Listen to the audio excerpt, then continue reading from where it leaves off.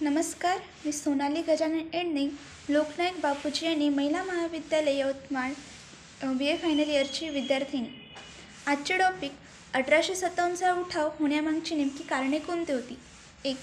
आर्थिक, 2. सामाजिक, 3. राजकीय, 4. लष्करी आणि 5. तात्कालीन कारण.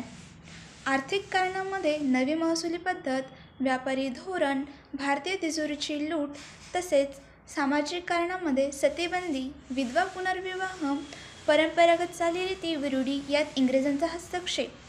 राजकीय कारणांमध्ये तैनाती फौज, दत्तक वारसा नामंजूर, संस्थाने खालसा करणे, पेन्शन बंद, पदवी उपाधी इत्यादी बंद.